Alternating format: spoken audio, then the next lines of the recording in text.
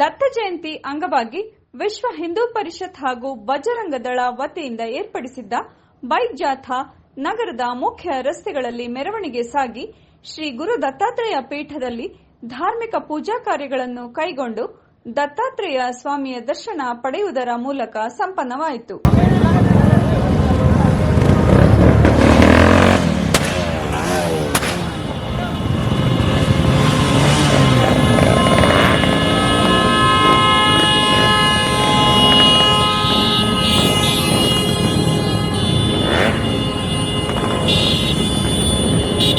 ನಗರದ ಮುಖ್ಯ ರಸ್ತೆಗಳಲ್ಲಿ ಭಕ್ತರು ದತ್ತಾತ್ರೇಯ ಸ್ವಾಮಿಯ ಜಯಘೋಷ ಹಾಕುತ್ತಾ ಸಾಗಿದರು.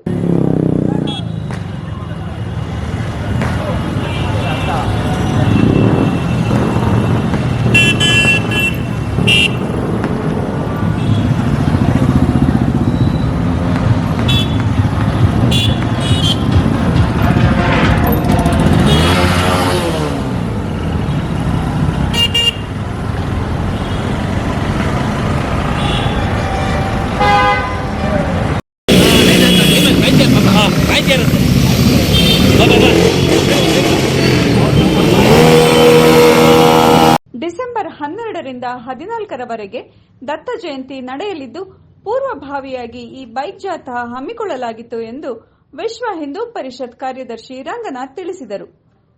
ಜಿಲ್ಲಾ ಉಪಾಧ್ಯಕ್ಷ ಯೋಗೇಶ್ ರಾಜರಸ್ ದತ್ತ ಜಯಂತಿ ಕಾರ್ಯಕ್ರಮದ ಕುರಿತು ಮಾತನಾಡಿದರು. ಮುಂದಿನ ಡಿಸೆಂಬರ್ 12, 13, 14ನೇ ತಾರೀಕು ನಡೀತಕ್ಕಂಥ ಐತಿಹಾಸಿಕ ದತ್ತ ಜಯಂತಿಯ ನಿಮಿತ್ತ 12ನೇ ತಾರೀಕು ಅನಸೂಯ ದೇವಿ ಪೂಜೆ, 13ನೇ ತಾರೀಕು ಶೋಭಾಯಾತ್ರೆ ಮತ್ತು 14ನೇ ತಾರೀಕು ದತ್ತ ಜಯಂತಿ ಇದೆ. ಮುಂದಿನ ತಿಂಗಳು ನಡೀತಕ್ಕಂಥ ಐತಿಹಾಸಿಕ ದತ್ತ ಜಯಂತಿಯ ಮುಂದಿಟ್ಕೊಂಡು ಪ್ರತಿ ಹುಣ್ಣಿಮೆಯಲ್ಲಿ ವಿಶೇಷ ಪೂಜೆ ನಡೆಯುತ್ತೆ. ದತ್ತಪೀಠದಲ್ಲಿ ಪ್ರತಿ ಹುಣ್ಣಿಮೆಯಲ್ಲಿ ನಡೆಯುತ್ತೆ. ಬೇರೆ ಬೇರೆ ಜಿಲ್ಲೆಯಿಂದ ನಮ್ಮ ಕಾರ್ಯಕರ್ತರು ಭಕ್ತಾದಿಗಳು ಬರ್ತಾರೆ.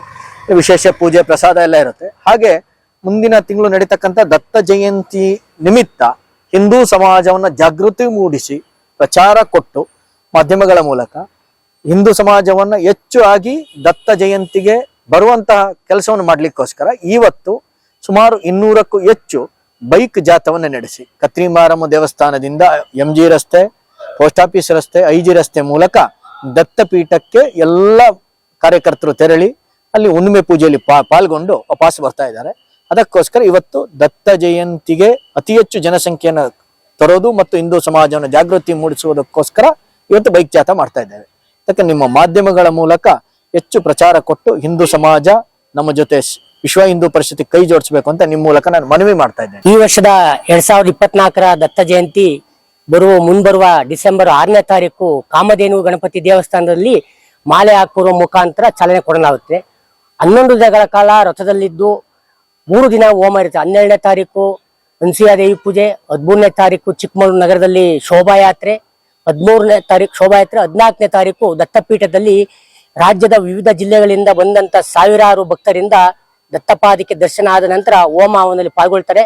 ಆ ಕಾರ್ಯಕ್ರಮಕ್ಕೆ ರಾಜ್ಯದ ಎಲ್ಲಾ ಸಾಧ ಸಂತರುಗಳನ್ನು ಆಹ್ವಾನ ಮಾಡಿದ್ದೇವೆ. ಜಿಲ್ಲೆಯ ಎಲ್ಲಾ ಸ್ವಾಮೀಜಿಗಳಿಗೂ ಅವತ್ತು ಬರುವಂತ ನಿರೀಕ್ಷೆ ಇದೆ.